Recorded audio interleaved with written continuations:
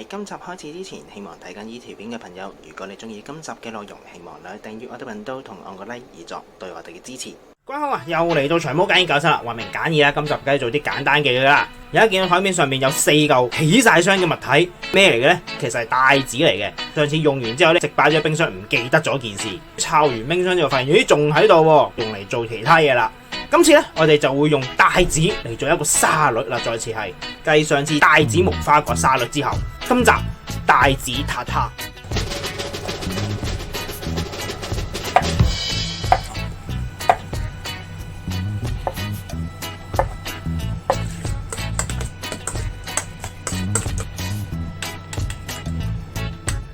咁話明帶子塔塔咁係生食噶嘛？問題係如果一啲食材擺咗冰箱裏面雪得好耐嘅時候呢，佢係會有陣雪味啊！咁呢個問題我同我哋個好友 channel Uncle Ray 研究過啦，佢又教咗一招，試完之後呢，真係 OK 喎！呢招係咩呢？將你雪過嘅食材浸冰嘅鹽水。點解要浸冰鹽水呢？其實 Uncle Ray 解釋得好嘅，因為你食材雪咗好耐呢，佢會霉咗噶嘛，嗰個 texture 就會改變咗嘅。浸完冰嘅鹽水之後，某程度上係可以令到你嗰件食材回復翻彈性，同埋係會帶走咗嗰陣雪味嘅。鹽水個比例係點呢？佢有教1茶匙鹽對500ml嘅水。首先準備1盆水，然後1茶匙嘅幼鹽，係幼鹽唔係粗鹽，攪勻佢。之後將我哋嘅帶子擺落去，浸佢30分鐘，或者浸到佢完全溶解晒，然之後我哋倒翻晒水出嚟，索一索翻啲水就可以噶啦。而家我哋嚟處理埋啲醬汁啦，其實都好簡單嘅，我哋都會有雕草啦，先搣晒出嚟先。之後我哋就會切碎佢嘅，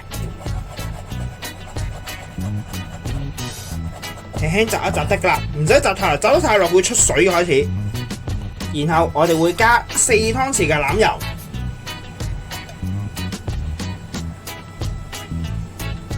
攪一攪勻佢。呢一支咩嚟咧？呢一支其實係 Calamansi Vinegar， 喺木桶嗰度發酵咗嘅，佢個味係好特別嘅，亦都好襯一啲白肉類同埋海鮮。做頭盤簡直一流啊！我哋就會落2茶匙，唔好太多，因為個味始終都比較搶嘅。攪一攪勻佢。加多1個青檸汁，係有 refresh 嘅作用啊！醬汁蒸完之後，我哋先擺落雪櫃嗰度，等佢 infuse 半個鐘頭。跟住我哋會整個青蘋果，會切粒，但係去咗皮之後會氧化。我哋先準備一兜水，半隻檸檬，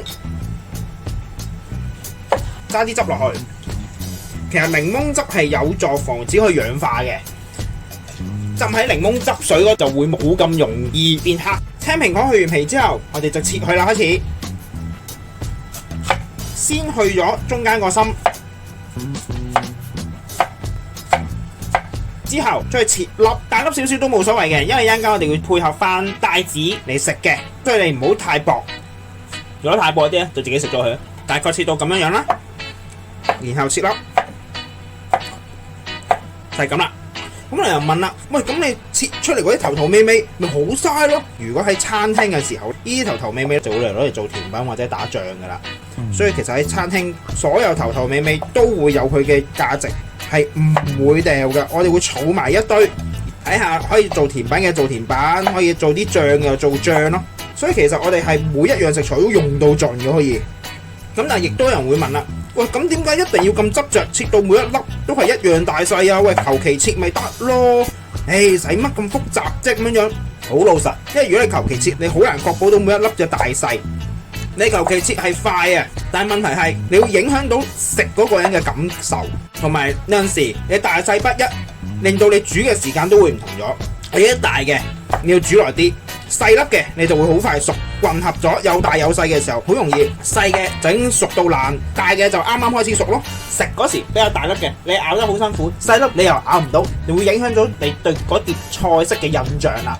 點解咁執着呢個大細就咁解啦？之後我哋會需要少少雕草撈落去個帶子塔塔嗰度嘅，摘晒啲葉出嚟先。記住係切碎，唔係雜碎。切同雜係唔同嘅，就係咁樣樣啦。跟住到帶子啦，浸完鹽水之後，佢呢個根我哋要去咗佢嘅，因為呢個根我哋唔會食噶，就咁搣咗得噶。跟住我哋就會切帶子粒，有一個巧妙嘅，如果就咁切嘅話，其實佢係有機會絕刀嘅，就係咁嘅情況啦。佢絕住把刀㗎，因為佢比較黏啊入邊。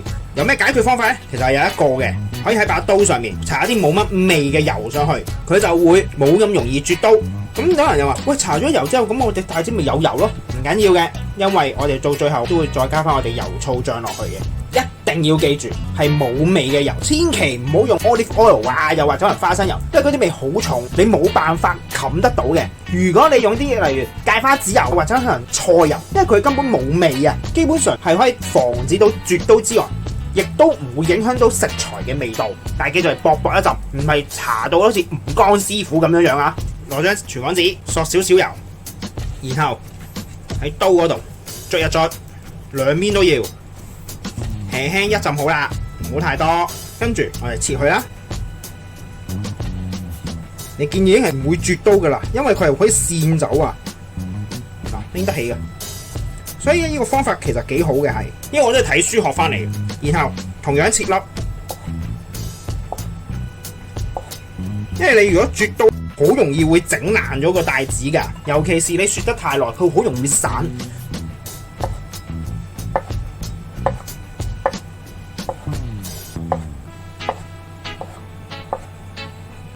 帶子粒而家就切晒啦，我哋而家就可以撈啦。開始，首先落青蘋果，跟住落晒所有帶子，然後雕草、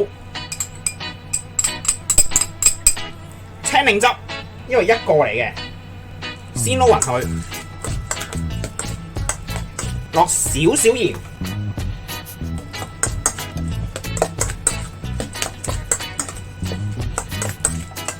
刨一個青檸皮。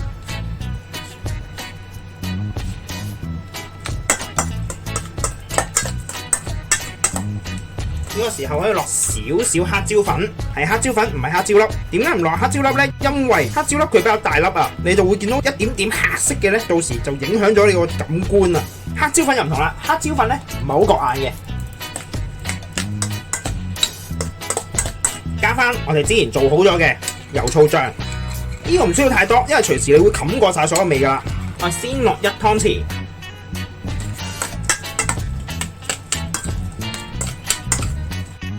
最後我哋可以嚟擺盤啦，我哋會用個圓帽擺喺中間位，然後滗我哋嘅帶子塔塔落去。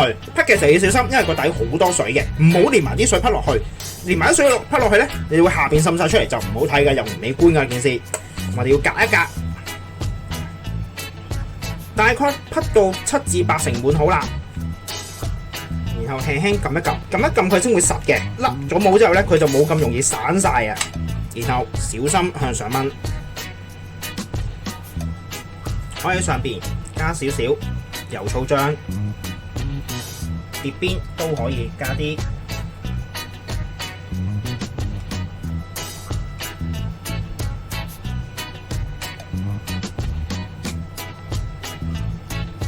因為咩呢？呢個係青瓜花，行街市嗰時無意中發現嘅，食落去清新嘅。咁我哋可以用佢嚟做 plating 嘅。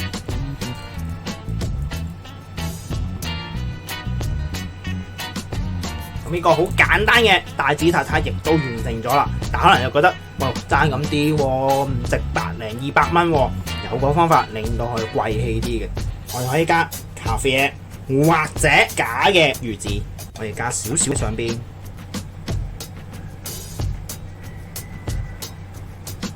可以再加多少少金箔。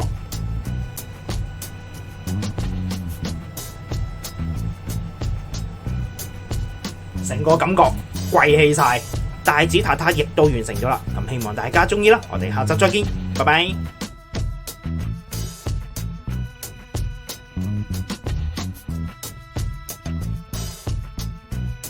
我哋而家嚟試一試味，